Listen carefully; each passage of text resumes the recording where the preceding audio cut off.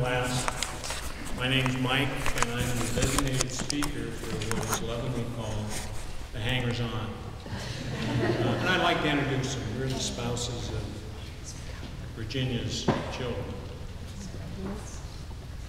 Paula, Pat's wife, Joe Beck, Lance, and Jerry Whites.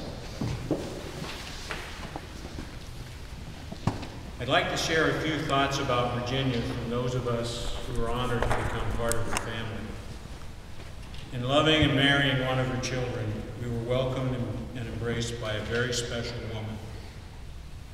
Virginia was unusually intelligent and curious about the world around her, and she was fiercely loyal and committed and protective, traits she passed on to all of her children. She was loved and admired by friends of all ages who knew they were special in Virginia's eyes. We spent time with her, and our conversations were always meaningful. She was not one to waste time on trivial issues. These conversations always left me with the feeling I was the only person she was interested in at the time. When she'd pat my knee and ask how my children were doing, or about difficulties in my work, I knew there was a genuine intellectual interest in my answers, no obligatory social jabber. She was an accomplished listener and would often ask follow-up questions days or weeks later. I frequently told our friends who were so impressed with Janice and her siblings, "You have to meet Virginia. One of the most memorable people you'll ever know." I also told them how much I loved my mother-in-law. Virginia Cummings was tough. As a survivor of the Oklahoma Dust Bowl, an experience that made her face other difficulties head on, I'm not sure she ever felt defeat. I don't think she enjoyed chaos, although her young family thrived on animated discussions, more than one taking place at the same time. Virginia had a serenity and a dignity that took her to another place when family functions became too raucous.